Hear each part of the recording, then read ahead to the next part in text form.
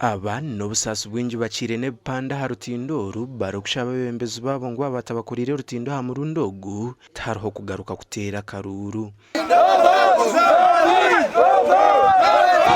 Abatura ba Kyesika y'okubanza na Kyesika ya kabiri tiine kuba kubasa kwambuka kuzibaare kandi obuheereza bw'amashomero amakanisa n'amarwariro buri obuseeri yaabo. Abana bambukira abuseri bazakinyacubo abanyacubo abakyesika bazandinake kikatenga atabana batombera kilometers 5 okwetorora ogaruka ishomerere mwe twansaba MPs ese ndeze bakutetera amazika eka baziko sentindo baziko senguto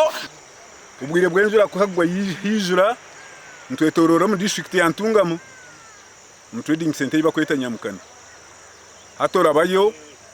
ujo kwa motoka no jo garuka kwatara katenga ebwe kinto cyo kuza cyo kwetenga no kihandije tutiro mbarango mu government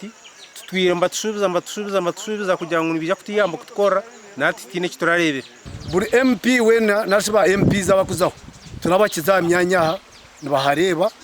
bagamba ngo baza kuteka yo rimwe konke nkizo teribiro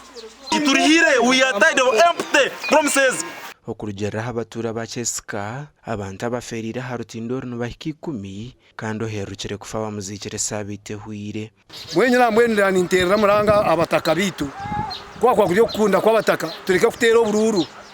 ahubwo bururu obutukuterera ba MP n'abandi twakutuyamba ntwatana na Ntungamo ntwatana na Shema ntubasa gukora ibintu bibiri tuze Shema ninga tuze Ntungamo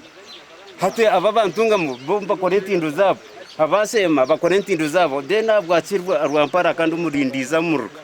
Twagambaho na engineer wa district ya Rwampara Habat Bahana ahasimu owatugira ngo rutindo rubakarubarera miliyoni 5 nkaganina bahayo no kushaba ministry y'ebye sente konka tubakartire mu mbarira